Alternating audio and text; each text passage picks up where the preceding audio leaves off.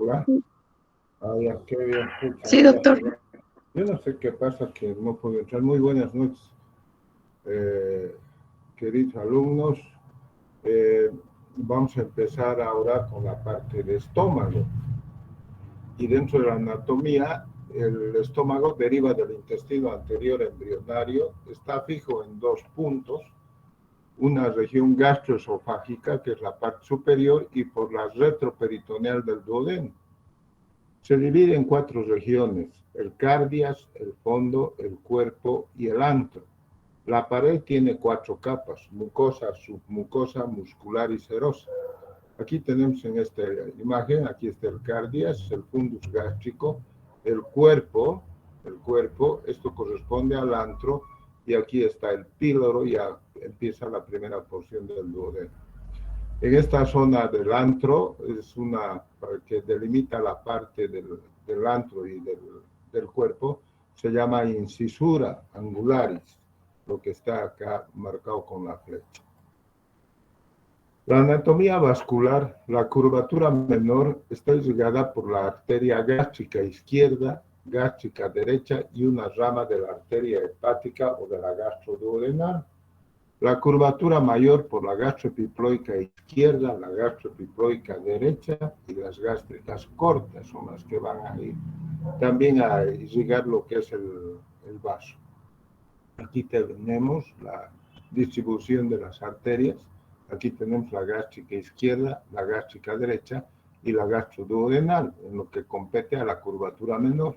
Y lo que compete a la curvatura mayor, la gastroepiploica derecha, la gastroepiploica izquierda y los vasos cortos que estaban en relación con la parte del vaso. El drenaje linfático, la curvatura menor, la porción proximal fluye hacia los ganglios linfáticos superiores que rodean la arteria gástrica izquierda. La región gástrica inferior drena a los ganglios suprapilóricos, epiploicos y a los ganglios celíacos. La curvatura mayor drenan hacia los ganglios pancreáticos o esplénicos y celíacos. Se conectan en la pared gástrica y tienen comunicaciones intra y extramurales. Acá tenemos la distribución de los ganglios. Esto es bien importante, sobre todo en las cirugías relacionadas a procesos neoplásicos, porque en función de esto es que se toman las conductas en relación a la resección que se va a hacer en el estómago. Si el tumor estuviera aquí, por ejemplo, o que comprometería la parte del cuerpo, del estómago o el fundus, necesariamente se tendría que hacer una gastrectomía total. Hay una gastrectomía total que se llama gastrectomía total ampliada, que permite inclusive hacer esplenectomía y llevarse la cola del páncreas, llevarse todo el aumento mayor y hacer una anastomosis y ayuno esofágica retirando todo el páncreas. Entonces, esta parte de los ganglios linfáticos es bien importante en función de la planificación y la resección quirúrgica que se haga en procesos de tipo neoplásico. La inervación está dada por el sistema parasimpático a través de los nervios vagos. Los vagos son el vago anterior o vago posterior o vago izquierdo y vago derecho. O también los nervios vagos se llaman neumogástricos, y por la parte simpática que deriva de fibras preganglionares del sexto al octavo nervio raquídeo dorsal. Aquí tenemos esta imagen en la que se observa toda la parte del estómago. Este es el vago anterior, que también se llama vago izquierdo porque está al lado izquierdo. Y este es el vago posterior, que también se llama vago derecho. Entonces, esa es la distribución del sistema vagal. Ya vamos a ver más adelante, en función de los procedimientos quirúrgicos que se hagan en relación a las diferentes patologías que acontecen a nivel del estómago. La fisiología gástrica, motilidad y vaciamiento, se consideran dos segmentos funcionales: la porción proximal con un reservorio y el segmento distal más muscularizado. Estas regiones difieren en cuanto a la anatomía del músculo liso a la actividad eléctrica y a la contractibilidad. La porción proximal o del reservorio es donde se reciben los alimentos y posteriormente pasan a la porción distal que está dada por el antro, que es más muscularizado, y es ahí donde se trituran los alimentos hasta 1 milímetro para poder pasar al duodeno. La parte superior del estómago, en la parte superior del estómago se identifican 3 capas de músculo liso, una longitudinal externa, circular media y la oblicua interna. En la parte inferior del estómago, la capa longitudinal está muy bien definida y no se distingue la oblicua interna. El marcapaso eléctrico, así como en el corazón, en el estómago hay un marcapaso que se encuentra en la porción media de la curvatura mayor, que genera cambios cíclicos en el potencial, 3 ciclos por minuto. El potencial de marcación controla la frecuencia, el ritmo, la dirección de la propagación, velocidad y fuerza de las contracciones. En ayuno, la motilidad muestra ciclos que ocurren cada 1 a 2 horas. En cada uno de estos ciclos hay 3 fases. Una fase sin actividad motora, otra con actividad contráctil irregular y la tercera con andanadas de descargas de contracciones. El vaciamiento es una función de la porción distal del estómago que se acompaña de anillos de contracción, de presión alta, propulsión y retropulsión, trituración de partículas alimenticias por el antro. Los mecanismos que controlan el vaciamiento gástrico entrañan componentes neurales y hormonales. Por ejemplo, los neurales a través de los vagos y neuronales a través del glucagón y la colecistocinina. Aquí tenemos el potencial de marcapasos de 3 ciclos, que es lo que se ha especificado, el potencial de acción, la peristalsis, y que va a producir una mezcla mecánica. Las secreciones gástricas, el estómago secreta agua y electrolitos mediante ácido, pequeñas cantidades de bicarbonato, de enzimas, de pepsina y glucoproteínas, factor intrínseco y moco, pequeñas cantidades de calcio, de magnesio, de zinc, de cobre y de hierro. La secreción de ácido en ayunas secreta de 2 a 5 miliequivalentes por hora, constituyendo esto la secreción basal de ácido. Después de una comida, la secreción aumenta de 15 a 25 miliequivalentes por hora. La regulación de secreción de ácido puede describirse en 2 fases, una fase de estimulación y de una fase de inhibición secretora. La estimulación se subdivide en 3 fases, una fase cefálica, una fase gástrica y una fase intestinal. La fase cefálica es mediada por el vago, que da lugar a la liberación de acetilcolina.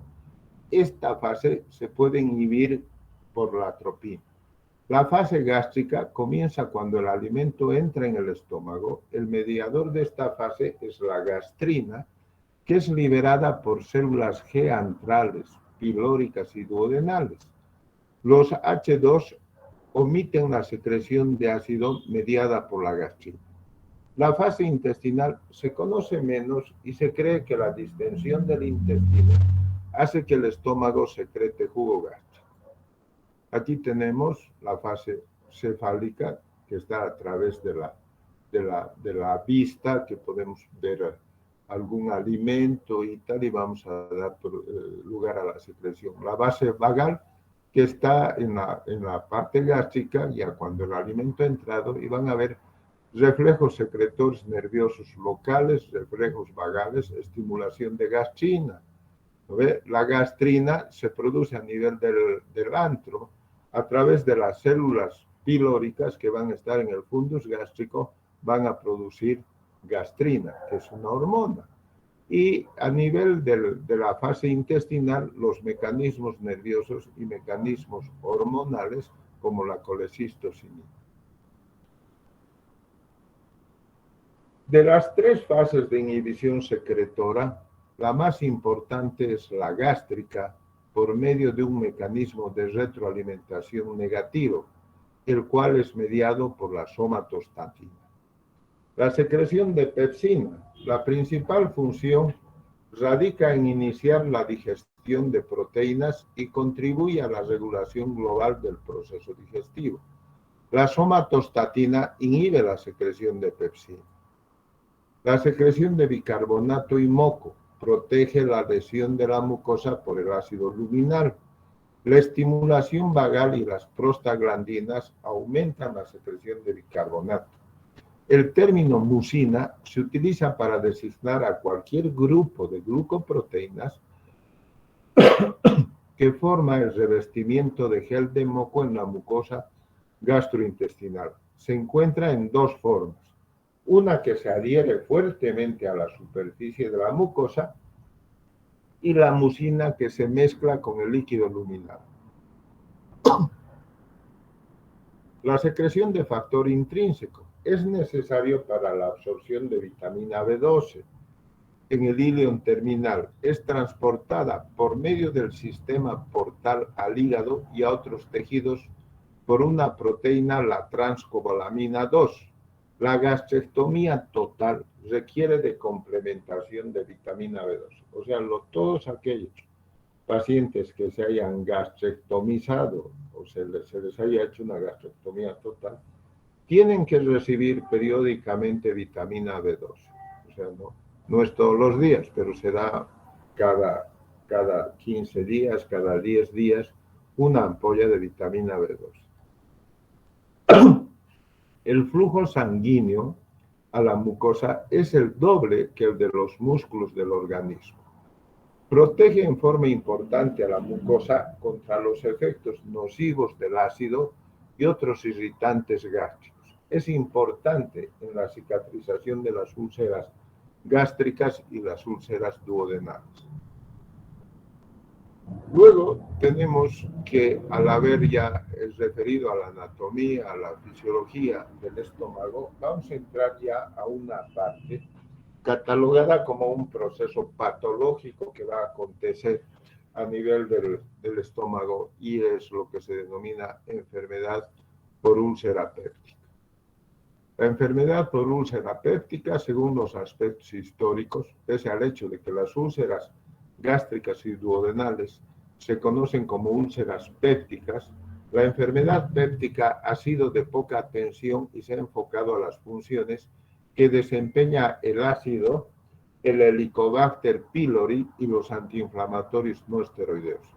La presentación de la úlcera duodenal es rara en concentraciones menores a 12 y 15 miliequivalentes por hora. El Helicobacter pylori condujo a muchos expertos a concluir que la úlcera péptica era una enfermedad infecciosa. La frecuencia es variable, aumentó hasta 1970 y disminuyó de 1980 a 1990.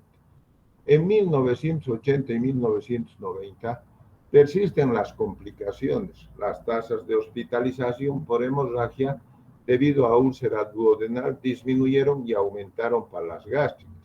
Las perforaciones no se modificaron, disminuyen en jóvenes y aumentan en mayores de edad con la utilización de antiinflamatorios no esteroideos. Y otro factor de aumento es el tabaquismo. Entonces, ¿qué es lo que pasa? Que antiguamente las úlceras que tenían una incidencia importante eran tratadas quirúrgicamente, o sea, había muchos pacientes con esta patología que para la resolución de su patología requerían de un procedimiento quirúrgico. Entonces, todos estos eran tratados quirúrgicamente, se los tenía que operar.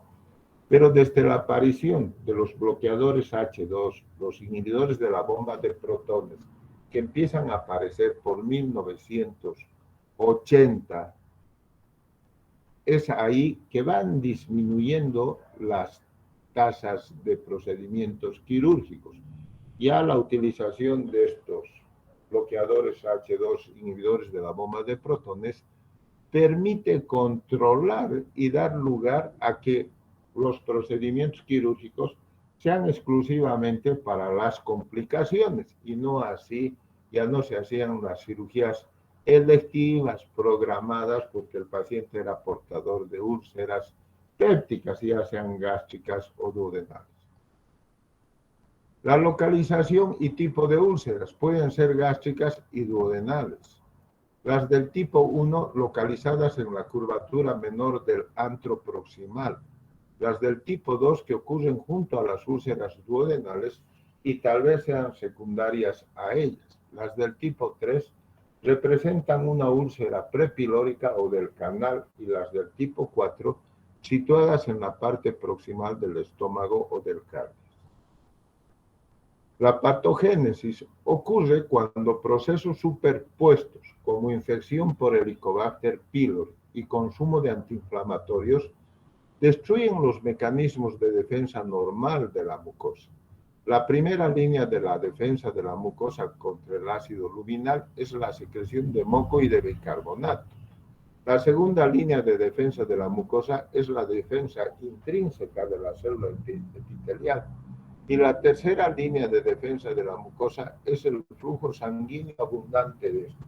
Finalmente, la mucosa tiene la capacidad de reparar una lesión, lo que se denomina restitución. La infección por Helicobacter pylori. Primero se denominó Campylobacter pyloridis. Más tarde se denominó Helicobacter pylori. Es un gran negativo, muy móvil y de crecimiento lento. Su hábitat natural es el estómago humano y vive en la superficie de la mucosa gástrica y su característica bioquímica es la producción de ureasa. La infección produce respuestas inflamatorias importantes de por vida, a excepción de que se cure con un tratamiento antibiótico. Agentes antiinflamatorios no esteroideos. Es la causa más común de la úlcera. Alteran la defensa de la mucosa contra el ácido y la pepsina luminales y retardan la cicatrización de la lesión. Las úlceras gástricas tienen una frecuencia de 2 veces mayor que las duodenales.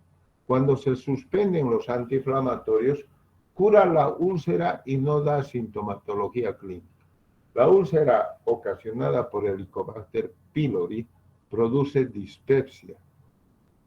El ácido se requiere una concentración mayor a 15.000 equivalentes por hora para las úlceras duodenales. Es por eso que se dice de que las úlceras duodenales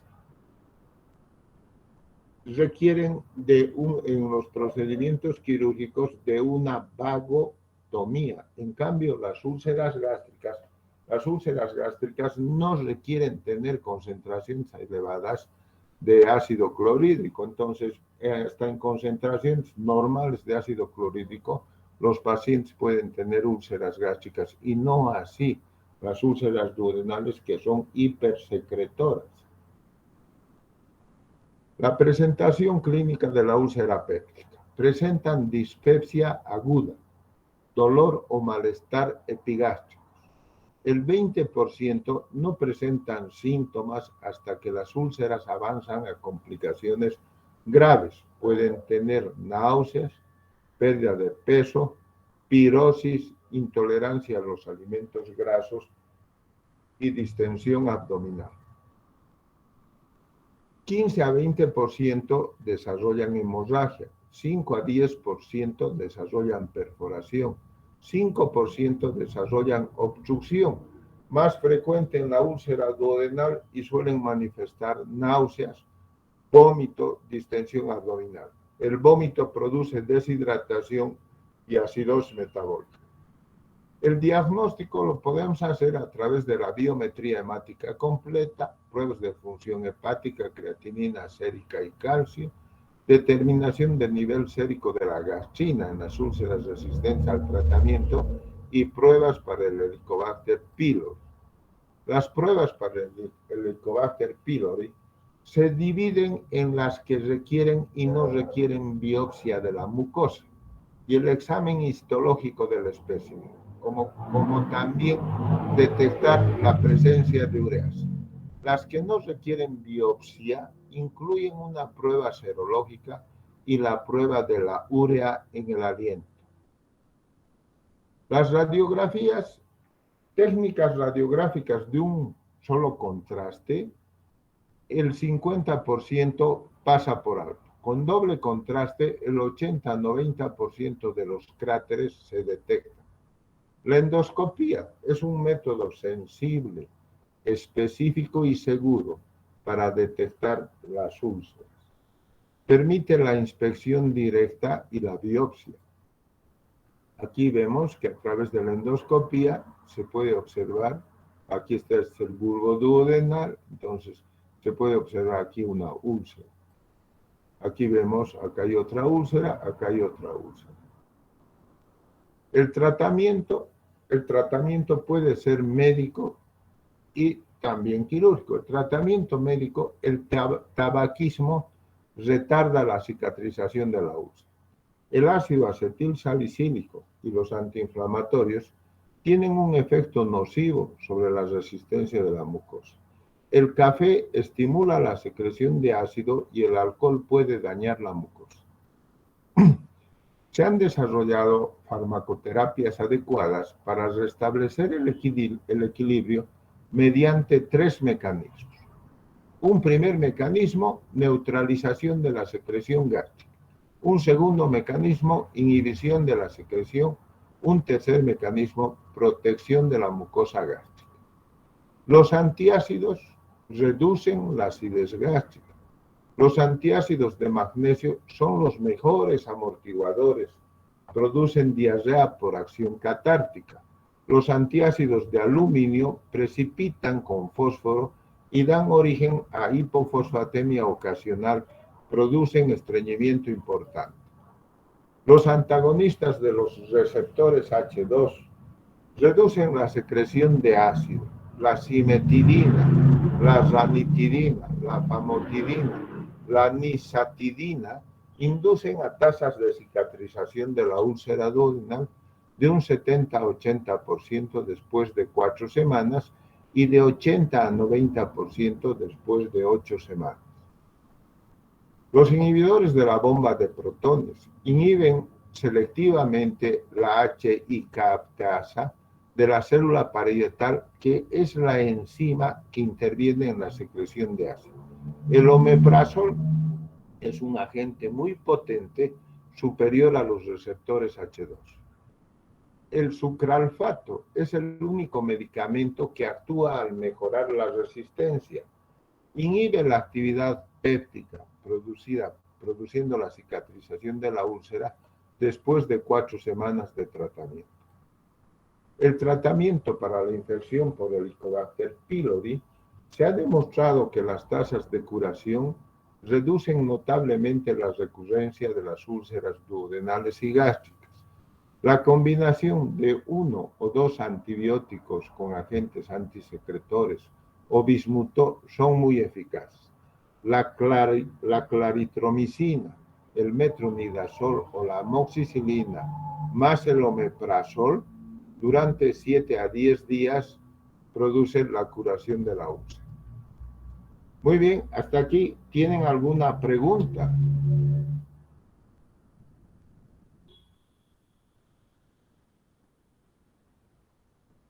Bueno, si no hay preguntas, ¿me están escuchando?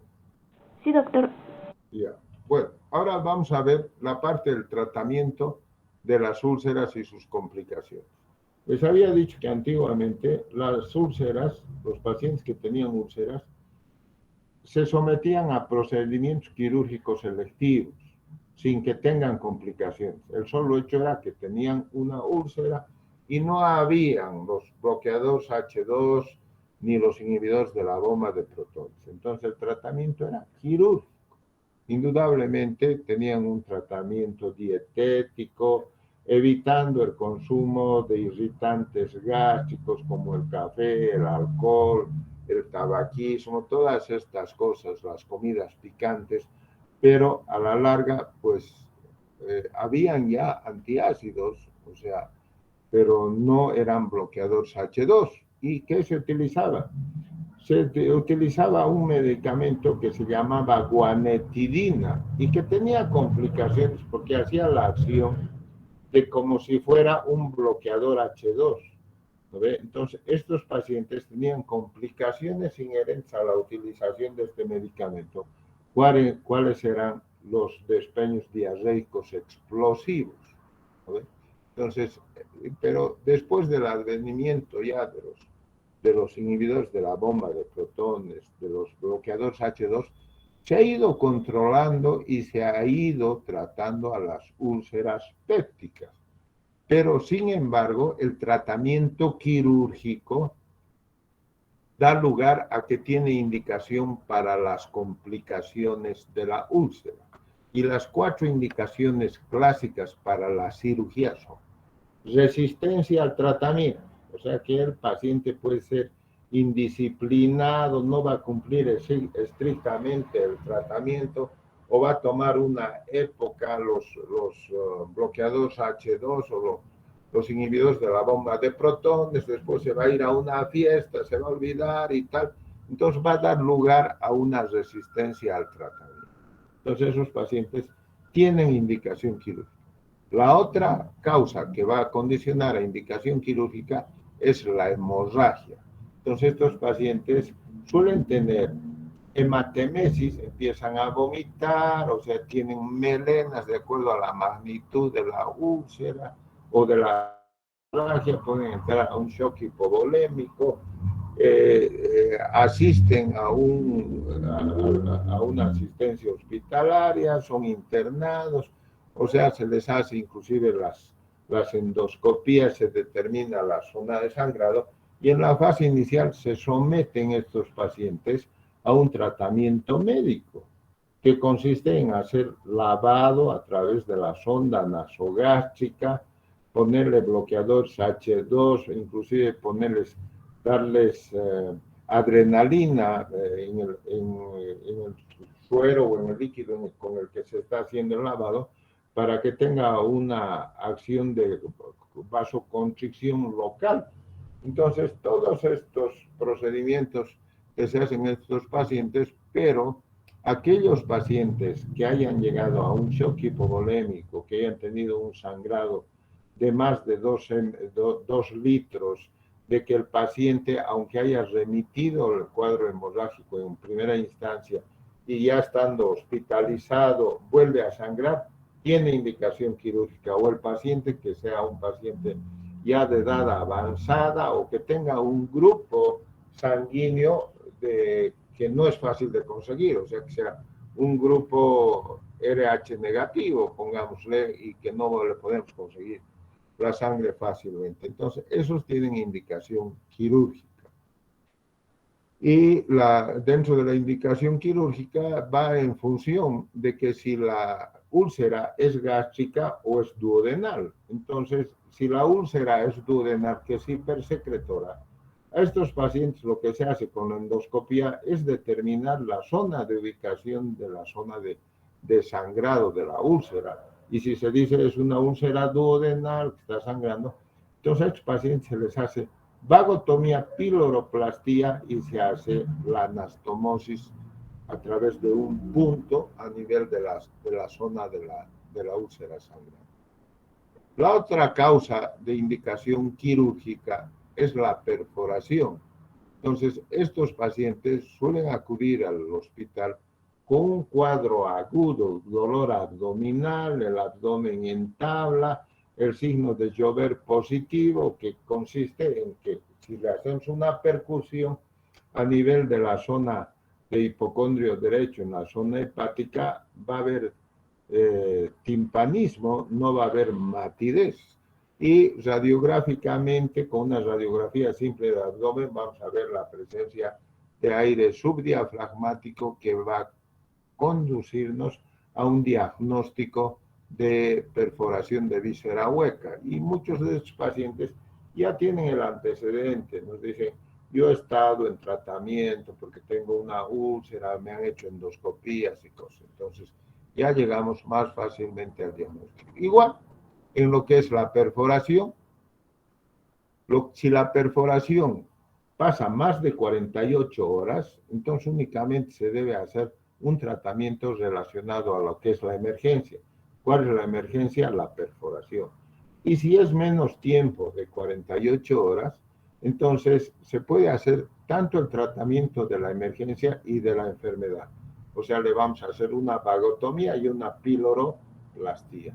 Hay algunos aspectos también que se pueden considerar en función de que si le vamos a hacer el tratamiento también de la enfermedad o no. Esa es la clasificación de BISIC. Muchos pacientes, sin que tengan antecedentes ulcerosos, o sea, debutan con una perforación. Directamente van y debutan con una perforación y no nos van a contar de que tengan antecedentes ulcerosos. Entonces, en esos a veces únicamente es el tratamiento de la emergencia. ¿Y en qué consiste el tratamiento únicamente de la emergencia? En el cierre de la perforación.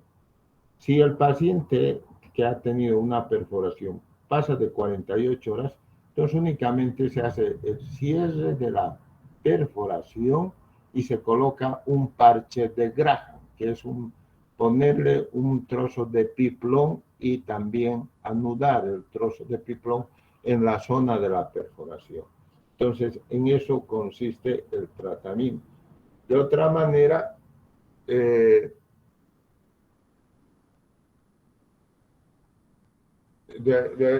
otra manera, si el paciente se ha sometido únicamente a la aplicación del cierre de la perforación, pues va a tener que continuar posteriormente con bloqueadores H2.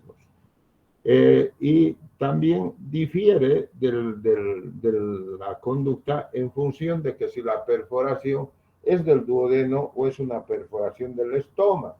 Si es una perforación del estómago, no conlleva a hacer una vagotomía. Las perforaciones de estómago únicamente conllevan a tomar una biopsia de la zona de la úlcera perforada, porque tenemos que descartar si no hay un proceso de tipo neoplásico y hacer únicamente el cierre de la perforación sin necesidad de hacer vagotomía. Lo mismo ocurre en los casos de hemorragia. Si la hemorragia es causada por una úlcera gástrica, no hay necesidad de hacer vagotomías, únicamente la zona del sangrado, resecarla y hacer un cierre de la zona que se ha resecado. La obstrucción es más frecuente en los pacientes con úlceras duodenales. Esas úlceras duodenales que ya han sido tratadas van a dar proceso a una cicatrización que va a condicionar una estenosis en algunos casos. Entonces, estos pacientes suelen tener un síndrome pilórico que van a estar vomitando después de que tengan algún tipo de alimento. Entonces, son vómitos postprandiales, suelen tener estómagos muy dilatados, en ocasiones llegan hasta el pubis, ¿no? Entonces son estómagos enormes y tal, que a través de la endoscopía nos vamos a dar cuenta o darle un poco de contraste, vamos a ver que tiene un síndrome pilórico. Y de igual manera, estos síndromes pilóricos son por úlceras duodenales, los más. Y las otras causas de obstrucción también podrían ser por tumores gástricos, que podrían ser tumores que están comprometiendo la parte distal del estómago, que también pueden condicionar un proceso obstructivo y que indudablemente el tratamiento va a ser quirúrgico. Entonces no se olviden de que las indicaciones para la cirugía son resistencia al tratamiento, hemorragia, perforación y obstrucción, que entra dentro de las complicaciones de la úlcera. La cirugía por úlcera duodenal requiere de vagotomía troncal y procedimiento de drenaje. Los procedimientos de drenaje pueden ser piloroplastia de Heineck-Mikulicz, piloroplastia de Finney, gastroduodenostomía de Jabuley. La vagotomía supraselectiva La vagotomía de células parietales y la gástrica proximal son términos sinónimos que se utilizan para describir el procedimiento. El nervio criminal, nervio de Grassi, rama proximal del tronco posterior, predispone a la recidiva de la úlcera si se lo deja intacto. Entonces, a ver, vamos a hacer referencia de la vagotomía supraselectiva versus vagotomía troncal y piloroplastia. Aquí en esta imagen estamos viendo que están cortando los vagos. Se llama vagotomía. Ya han cortado el vago anterior o vago izquierdo. Y aquí han identificado el vago derecho o vago posterior. Se identifican estos nervios a través de una tracción del estómago hacia la parte distal y se van a ver como cuerdas. Entonces hay que desperitonizar la parte del hiato gastroesofágico y aquí se identifica el vago y se lo corta, se lo puede electrocoagular con electrocauterio, se lo corta y lo mismo se hace con. Entonces se está haciendo una vagotomía. Al hacer la vagotomía, este estómago va a quedar como un saco, como una bolsa. Entonces no tiene ya contractibilidad. Y al no tener contractibilidad, tendría que producir un proceso de retención gástrica. No va a pasar el alimento. Por ese motivo, esta vagotomía debe ir acompañada de un procedimiento de drenaje. Y dentro de los procedimientos de drenaje están las piloroplastías de Heine-Mikulicz, la piloroplastia de Finney o de Jabuley, o las gastroenteroanastomosis o las antrectomías, retirar parte del antro. Entonces, vamos a ver más adelante. Entonces, aquí ya le están haciendo un procedimiento de drenaje. Aquí, por ejemplo, le han dado un par de puntos que debió ser una úlcera sangrante, ¿no? Entonces, para cohibir la hemorragia, le han dado un par de puntos con fines hemostáticos. Y han hecho una apertura en sentido longitudinal, comprometiendo lo que es el esfínter pilórico. Vemos acá, esta es la parte del píloro. Entonces se ha cortado un poco hacia la primera porción del duodeno y hacia el estómago. Entonces, la anastomosis de esto, se hace el corte longitudinal y la anastomosis es transversal, con finalidad a que tenga mayor lumen. Y como ya se ha cortado el esfínter, no hay un que retenga. Y todo lo que viene al estómago va a pasar a nivel del duodeno. ¿No ven? Aquí tenemos este otro procedimiento de Finney. Aquí están completando ese tipo de... Es otra piloroplastia. La vagotomía supraselectiva. Hay datos sólidos que indican que las úlceras prepilóricas tienen más posibilidades de experimentar recurrencia que las duodenales. No están claras las razones, pero es posible que este no sea un procedimiento óptimo para tratar las úlceras prepilóricas. Aquí tenemos, en esta imagen, se está haciendo una vagotomía supraselectiva. ¿Cuál es la diferencia? En la vagotomía supraselectiva es una desnervación de toda la parte de la curvatura menor, inclusive un poco por arriba. Aquí se han identificado los nervios vagos. Aquí este es el vago anterior, aquí está. Entonces toda esta parte ya se ha desnervado, se ha ido separando de la curvatura menor. ¿Ve? Se llega hasta un sitio que corresponde a la parte del antropíloro, respetando 3 ramos nerviosos. Y esos 3 ramos nerviosos distales se llaman nervio de la target o pata de ganso. Entonces, esos 3 ramos nerviosos que se respetan y no se los cortan, permiten de que esta parte del antro esté inervada. Consiguientemente, no se va a requerir de un procedimiento de drenaje. Entonces, no hay necesidad de hacer piloroplastías, ni gastroenteroanastomosis, ni antrectomías, digamos. ¿No? ¿Por qué? Porque esto está preservado.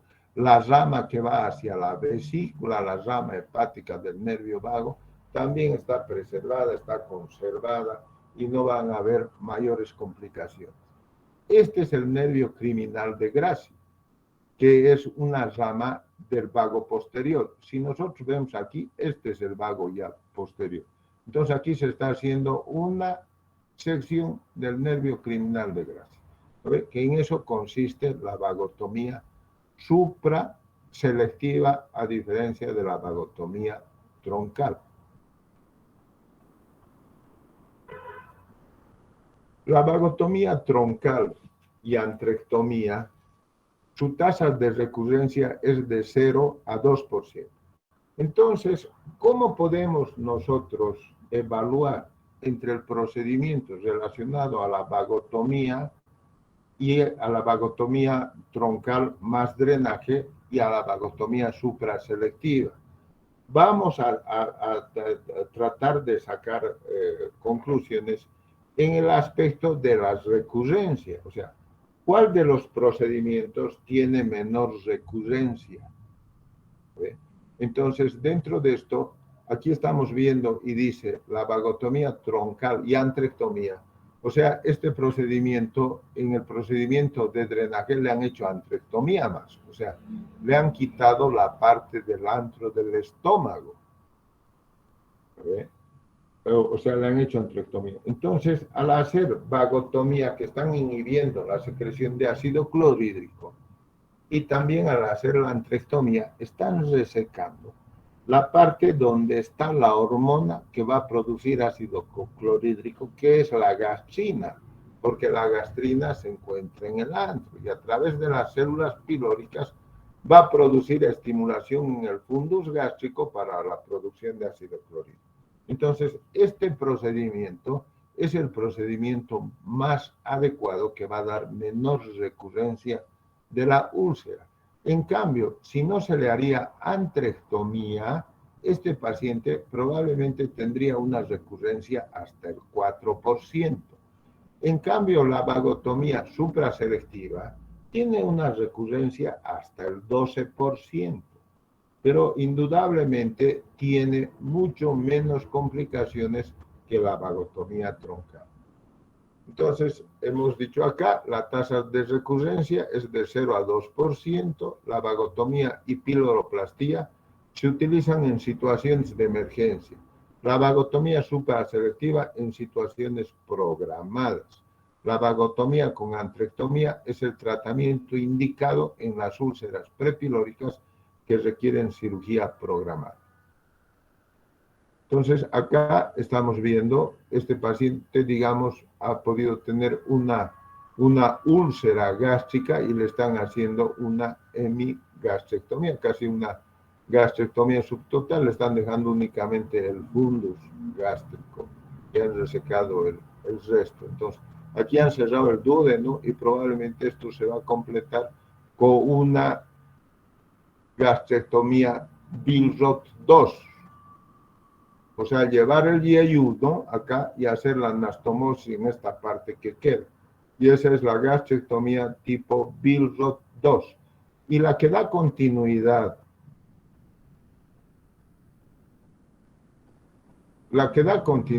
o sea, si nosotros resecamos,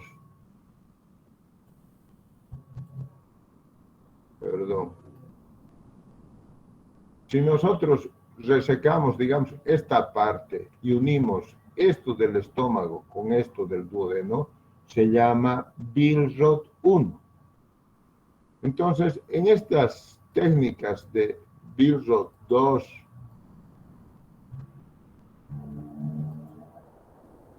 o Billroth 1, por ejemplo, la Billroth 1 es la que permite la continuidad, o sea, unir el estómago con el duodeno.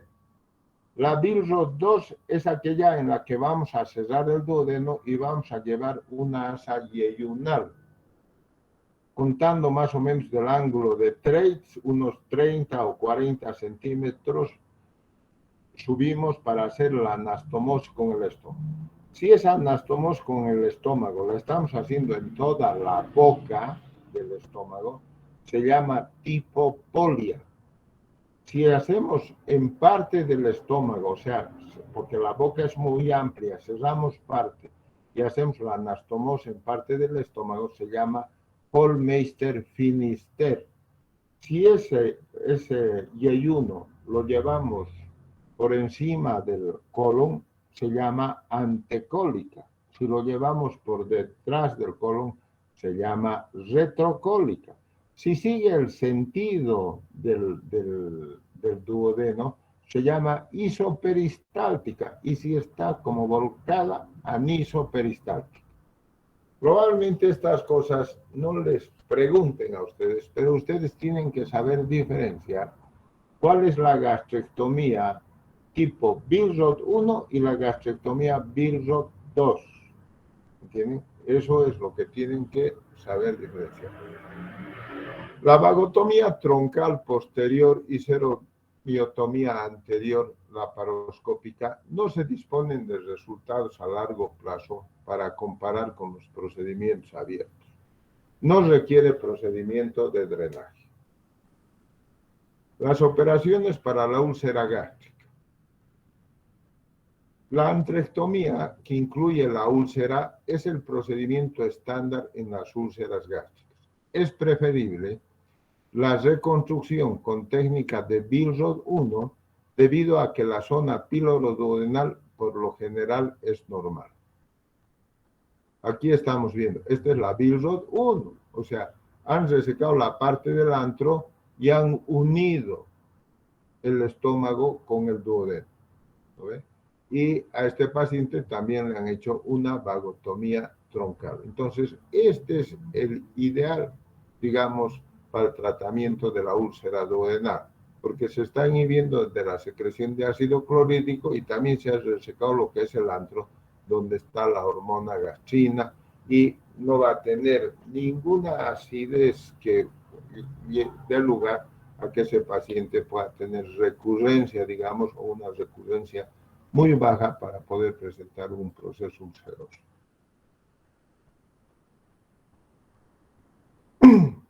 Hasta aquí, ¿quieren hacerme alguna pregunta?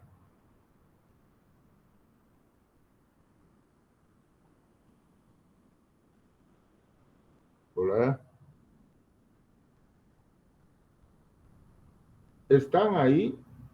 Sí, doctor.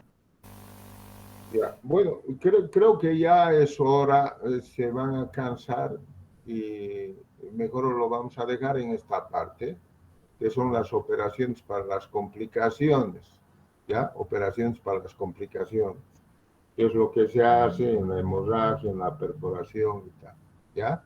Entonces, si alguien quiere hacer alguna pregunta, por favor, adelante.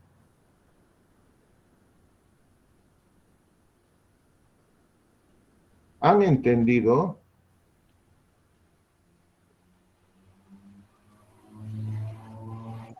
Sí, doctor.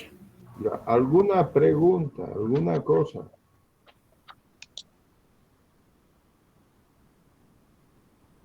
Bueno, si no hay preguntas, entonces lo vamos a dejar aquí y nos veríamos mañana, ya continuando con este acápite de la úlcera péptica. ¿Listo?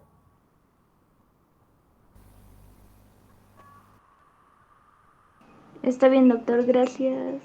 Muy bien. Hasta luego. Hasta Buenas mañana. noches. Que estén bien, ¿ya? Hasta luego, doctor. Buenas noches. Ya, buenas noches. Hasta luego.